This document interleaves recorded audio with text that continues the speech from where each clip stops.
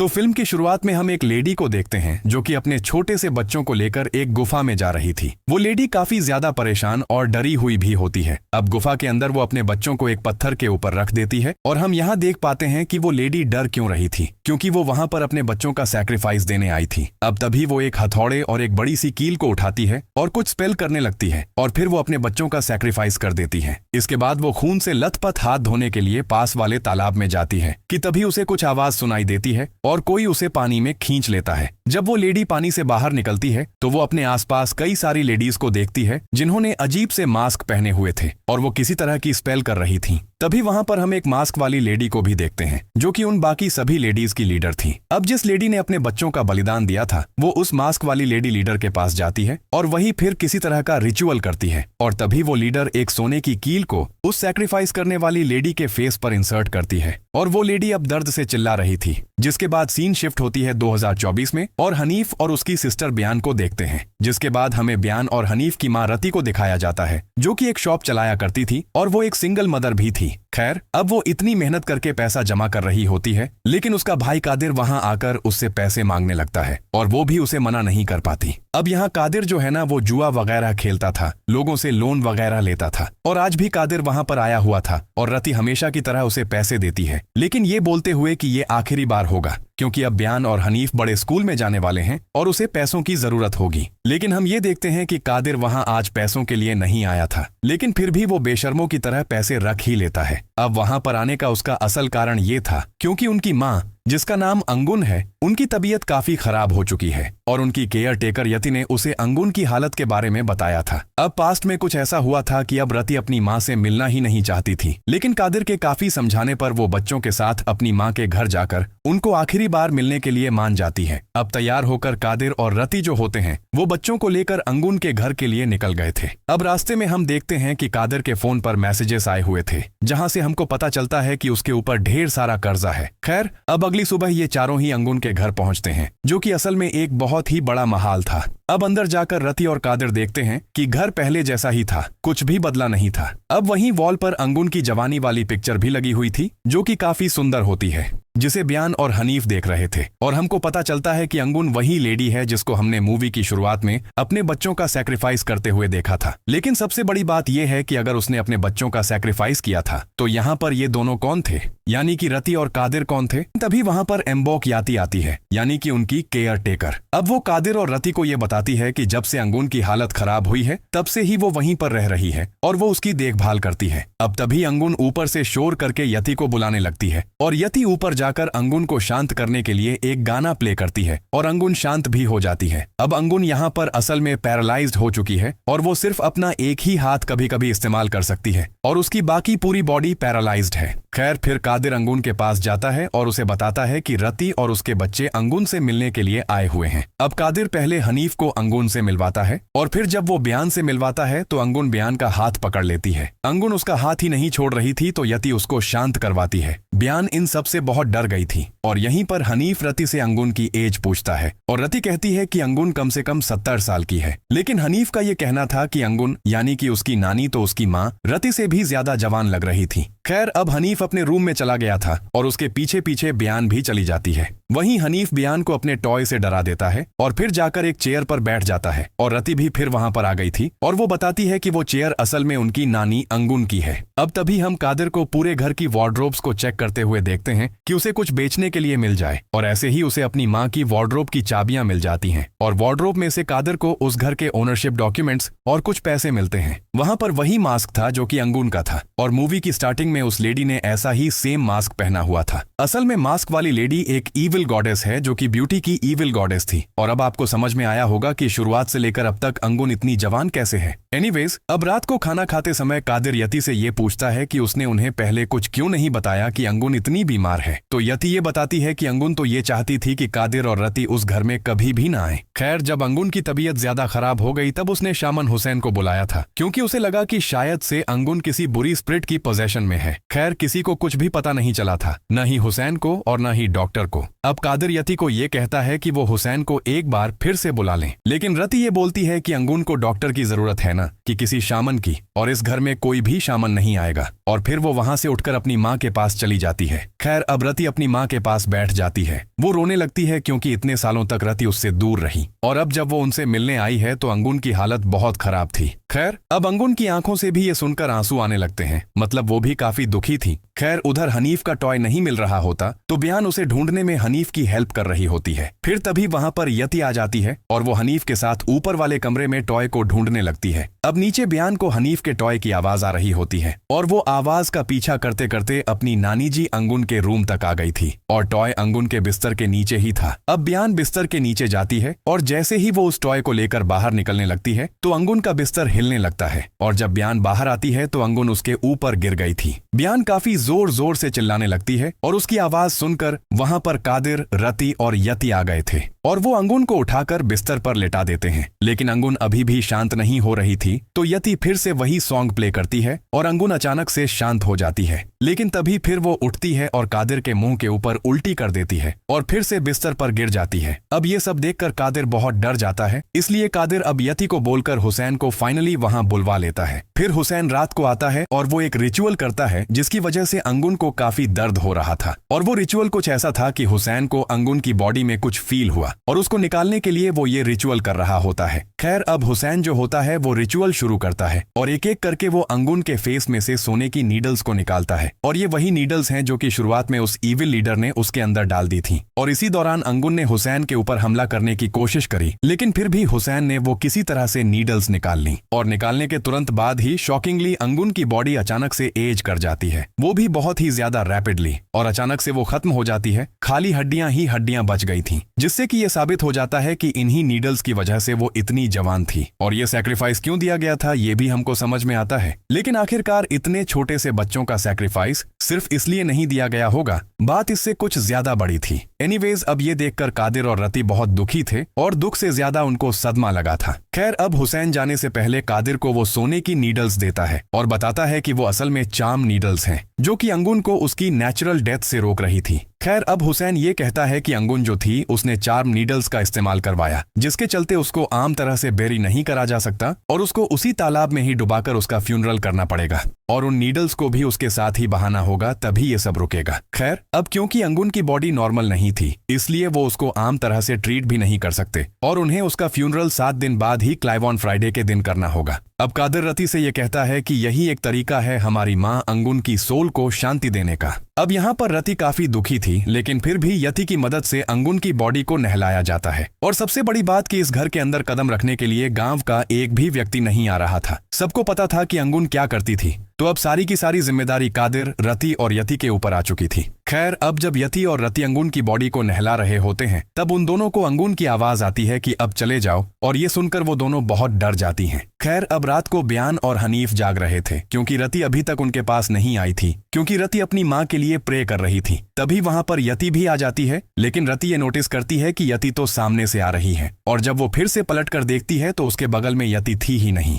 और अब सामने वाली यति भी गायब हो चुकी थी। तभी अचानक पीछे से अंगुन फिर से उसे जाने के लिए बोलने लगती है। इससे रति बहुत डर जाती है और फिर वहां पर असली यति आती है। मीनवाइल दोनों बच्चे सो रहे थे कि तभी बियान को रूम के बाहर से अंगुन के घुंघरू की आवाज आती है। वो हनीफ को उठाने की कोशिश करती है, लेकिन हनीफ नहीं उठता, तो वो जाकर दरवाजा खोलती है, लेकिन बाहर कोई नहीं था। अब वो वापस बिस्तर पर आकर सोने लगती है कि तभी वहां पर रखी हुई चेयर अपने आप झूलने लगती है और इससे बियान और भी डर गई थी। वो उठकर देखती है कि अचानक से अंगुन उस चेयर पर आ गई है, तो बियान डरकर चादर ले लेती है, लेकिन चादर के अंदर भी अंगुन थी। तभी वहां पर रति आ जाती है। खैर अब सीन अगले दिन पर आता है और आज दूसरा दिन था। अब हम देखते हैं कि बियान हनीफ को ढूंढ रही होती है क्योंकि हनीफ ने उसका मोबाइल ले लिया था और अब बियान से छुपने के लिए वो अंगुन के रूम में चला जाता है और उसकी वार्डरोब के अंदर ही छुप जाता है। तभी वहां पर एक मास्क पहनी लेडी उसे पीछे से आकर हॉन्ट करती है, जिससे हनीफ बहुत डर गया था और उसकी आवाज सुनकर बियान भी वहां पर आ जाती है, लेकिन उस वार्डरोब के अंदर कोई नहीं था, तो वो अपने फोन को लेकर वहां से चली जाती है और ये वही वार्डरोब थी जहां पर कादिर को वो मास्क दिखाई दिया था। अब बियान के जाने के बाद हनीफ को वही मास्क फ्लोर के ऊपर पड़ा दिखाई देता है। अब सीन रात की तरफ आता है और हम कादिर को घर के बाहर खड़ा देखते हैं और वो बहुत ही ज्यादा परेशान था क्योंकि उसके ऊपर 40 मिलियन का कर्जा था और 14 दिनों में उसे 20% देना भी था।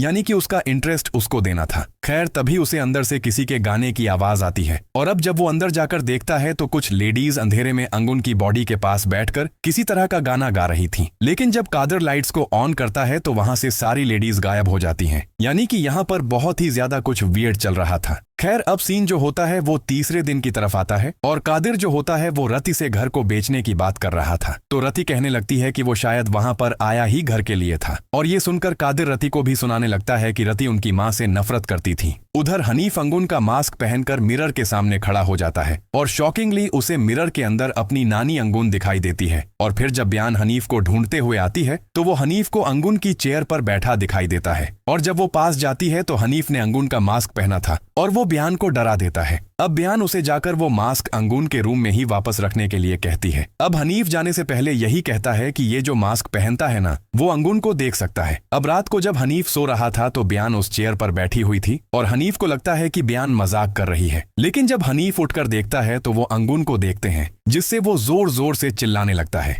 उसके चिल्लाने की आवाज से वहां रति आ जाती है लेकिन रति देखती है कि बयान तो सो रही थी। खैर अब रति वहीं सोने का सोचती है और वो बेड पर अंगुन के मास्क को देखती है और हनीफ उसको सब बता देता है। वो रति से भी माफी मांगता है। फिर सीन चौथे दिन की तरफ आता है और रति और यति मार्केट जाने के लिए तैयार थे लेकिन दोनों बच्चे सो रहे होते हैं। तो कादिर ये कहता है कि वो उनका ध्यान रखेगा और वो दोनों शहर चली जाएं और रति और यति फिर शहर चले जाते हैं। उनके जाने के बाद में कादिर बच्चों को अकेला ही छोड़कर ड्रिंक करने के लिए चला गया था। अब बच्चे जब शाम को उठते हैं तो घर पर कोई नहीं होता क्योंकि कादिर को उधर रास्ते में एक लड़की मिल गई थी जिसके साथ वो मजे करने लगता है, इंटीमेट होने लगता है। खैर अब रात हो चुकी थी और घर के अंदर कोई भी नहीं था और अंगुन की लाश अभी भी वहीं पर पड़ी हुई थी उस घर में। अब बयान को वॉशरूम जाना था तो वो हनीफ को लेकर वॉशरूम जाती है और हम अंगुन की बॉडी को उठकर बैठते हुए देख पाते हैं। खैर अब हनीफ को भी वॉशरूम जाना था और जब बयान दरवाजा खोलती है तो बयान के पीछे अंगुन की बॉडी खड़ी हुई थी जिसको देखकर वो जोर जोर से चिल्लाने लगते हैं और सही समय पर वहां रति और यति वापस आ गए थे। लेकिन वो देखती है कि अंगुन की बॉडी तो अपनी जगह पर ही थी। अब अगली सुबह यानी कि 5वें दिन पर सीन आता है और हम कादिर को बिना कपड़ों के देखते हैं जो कि कब्रिस्तान में लेटा हुआ था। यानी कि उसने जो कुछ देखा वो एक छलावा था और अब कादिर जल्दी से कपड़े पहनता है और जल्दी से घर जाता है। कादिर को देखते ही रति उस पर बरस जाती है लेकिन कादिर ये कहता है कि वो बच्चों के लिए टॉयज लाया है, वो उनको मना लेगा। वो बच्चों के पास जाता है लेकिन बच्चे अपने मामा से नाराज थे और वो उसको बताते हैं कि उन्होंने अंगुन की बॉडी को चलते देखा है और ये सुनकर तो कादिर भी डर गया था। खैर अब सीन रात की तरफ फिर से आता है और रति देखती है कि बयान बिस्तर पर नहीं है तो वो बाहर बयान को देखने जाती है और वो बाहर कुछ लेडीज को देखती है जिन्होंने वही मास्क पहने हुए थे और वो अंगुन की बॉडी के अराउंड बैठी हुई थी और वो किसी तरह की चांटिंग कर रही थी। उनके बीच ही बयान भी बैठी हुई थी जिसने अंगुन का मास्क लगाया हुआ था। खैर वो लेडीज उठकर आती हैं और रति के इर्द गिर्द घूमने लगती हैं, बोलने लगती हैं कि अपना वादा मत तोड़ो। फिर जल्दी से रति बयान के पास जाती है और वो उसका मास्क हटाते ही वो लेडीज भी गायब हो गई थी। एनीवेज अब अगला दिन छठा दिन होता है और सबसे पहले रति वो मास्क जला देती है और फिर वो अंगुन की बॉडी को दफनाने का फैसला कर चुकी थी और कादिर के रोकने पर भी वो नहीं रुकती और रति अंगुन की बॉडी को कब्रिस्तान में दफना देती है। जबकि हुसैन ने साफ इनकार किया कि अगर अंगुन का फ्यूनरल पानी में नहीं हुआ तो दिक्कत हो जाएगी और इस बात का एहसास जल्दी ही रति को हो गया था क्योंकि जब वो कादिर और बच्चों के साथ घर आती है तो घर के अंदर से बहुत सारी मक्खियां निकलती हैं क्योंकि अंगुन की बॉडी वापस वहीं पर आ गई थी। खैर अब ये सब उस घर में और रुकना नहीं चाहते थे तो ये सभी उस मेड यति के घर चले जाते हैं। बाकी सभी यति के घर किसी तरह सो जाते हैं लेकिन कादिर अभी भी जाग रहा था जिसके बाद वो सो जाता है। लेकिन जब वो आंख खोलता है तो वो खुद को अंगुन के घर में पाता है और ये देखकर वो इतना डर गया था कि तुरंत ही वहां से भागने लगता है। लेकिन वो ईविल गॉडेस वहां पर आ गई थी और कादिर को वहां से वो जाने नहीं देती, उसे उठाकर बाहर वाले पूल में फेंक देती है। अब अगली सुबह यानी कि 7वां और आखिरी दिन था और इसलिए इस मूवी का नाम द लास्ट 7 डेज है। खैर अब रति, यति, बच्चे और हुसैन कादिर को पूल में देखते हैं और बहुत कोशिश करने पर भी वो उठ नहीं रहा था तो हुसैन अपनी पावर से उसे होश में लेकर आता है। वो काइंड ऑफ पोजेशन में चला गया था। फिर वो सभी जल्दी से अंगुन की बॉडी को लेकर मूवी की शुरुआत वाली उसी गुफा में जाते हैं। फिर हुसैन बिना देरी किए आखिरी राइट्स बोलता है और वो उन नीडल्स को भी अंगुन की बॉडी के साथ रख देता है और फिर अंगुन की डेड बॉडी को उसी तालाब के अंदर डुबा दिया जाता है। जाता है और फाइनली अब अंगुन का फ्यूनरल हो गया था। अब सीन रात की तरफ आता है और रति को ठंड लग रही थी तो वो अपने बैग में से ब्लैंकेट निकालने जाती है और उसे बैग में अंगुन का मास्क मिलता है, यानी कि जिस मास्क को उसने जलाया था वो वापस आ चुका था। खैर इस बार वो उसे जलाती नहीं है बल्कि पहनकर मिरर के सामने जाती है और उसे मिरर के अंदर अंगुन यानी कि अपनी माँ दिखती है और अंगुन अब उसको अपनी पूरी कहानी बताती है कि पास्ट में आखिर हुआ क्या था। और यहाँ पर खुलते हैं द लास्ट 7 डेज मूवी के असली पत्ते। तो असल में अंगुन का हस्बैंड बहुत गरीब था, इसलिए भूखे रहने की वजह से अंगुन अपने बच्चे को अपना दूध नहीं पिला पा रही थी क्योंकि दूध बन ही नहीं रहा था और इसलिए वो अपने बच्चों को लेकर उस गुफा में जाती है और वहां उसने अपने बच्चों का सैक्रिफाइस दे दिया, जिसके बदले में इविल गॉडेस ने अंगुन को चार्म नीडल्स दी थी। जिसके बाद अंगुन एक ट्रेडिशनल डांसर बन गई और उसके चार्म और ब्यूटी से बहुत लोग आकर्षित होकर उसके पास आने लगे और ऐसे ही वो घर उसने खरीद लिया। लेकिन इसके लिए उसने अपने बच्चों का सैक्रिफाइस दिया जो कि शुरुआत में वो दे रही थी, वो उसने काफी गलत किया। माइट बी वो इमोशनली स्टेबल नहीं थी और शायद से इसलिए उसने ऐसा कदम उठा लिया और हमें कभी भी उसके पहले हस्बैंड के बारे में कुछ बताया नहीं गया। इवन रति और कादिर के पिता के बारे में भी कुछ नहीं बताया गया। खैर अब अंगुन ने सब कुछ हासिल तो कर लिया था, लेकिन किस कीमत पर? उस जवानी और ब्यूटी वाला वरदान एक ही कंडीशन के चलते था कि अंगुन की आने वाली जनरेशन जो होगी उसमें से हर एक लड़के का सैक्रिफाइस देना पड़ेगा और एक लड़की को सेम ब्यूटी और यूथ का वरदान आगे पास होता रहेगा। यानी कि रति और कादिर के केस में कादिर का सैक्रिफाइस देना था और रति को वो वरदान मिल जाता और इसलिए अंगुन ने बचपन में ही अपने दोनों बच्चों को वहां से भेज दिया और वापस आने से मना भी किया था। खैर अब अंगुन की स्प्रिट रति से माफी मांगती है कि वो उसे माँ का प्यार नहीं दे पाई और अब तक उसकी बॉडी जो थी वो बार बार यही कोशिश कर रही थी कि वो लोग वहां से चले जाएं। वो उसको इसलिए ही डरा रही थी। वो ये भी कहती है कि उसने ये सब सिर्फ रति और कादिर को बचाने के लिए ही नहीं बल्कि अपनी आने वाली जनरेशंस यानी कि ब्यान और हनीफ को बचाने के लिए भी किया था और अब रति को ये सब खत्म करना होगा और इसके लिए रति को वो नीडल्स वहीं लौटानी होंगी जहां से वो आई हैं और उस मास्क को भी तोड़ना होगा। अब अंगुन उसको एक मंत्र भी बताती है जिसे बोलने के बाद रति अगर वो मास्क डिस्ट्रॉय करेगी तो ये सब कुछ खत्म हो जाएगा। अभी अंगुन बात कर ही रही थी कि पीछे से वो इविल गॉडेस अंगुन को अपने साथ ले जाती है। अब रति समझ जाती है कि कादिर ने वो नीडल्स अपने पास रखी हुई हैं और वो उसके पास जाकर उससे वो नीडल्स मांगती है और उसको वो नीडल्स फाइनली दे देता है। लेकिन अब बहुत देर हो गई थी क्योंकि वो इविल गॉडेस ब्यान और हनीफ को सीलिंग के साथ चिपका देती है और उनके चिल्लाने की आवाज सुनकर कादिर और रति वहां आते हैं। लेकिन वो इविल गॉडेस ब्यान और हनीफ को खींचकर अपने साथ लेकर जाने लगती है। रति काफी कोशिश करती है लेकिन वो इविल गॉडेस हनीफ को अपने साथ ले गई थी, यानी कि लड़के का तो सैक्रिफाइस होकर ही रहेगा। अब चाहे ये सैक्रिफाइस हनीफ का हो या फिर कादिर का, तो अब उनके पास बस एक ही रास्ता था कि उस तालाब में जाकर वो नीडल्स को लौटा दें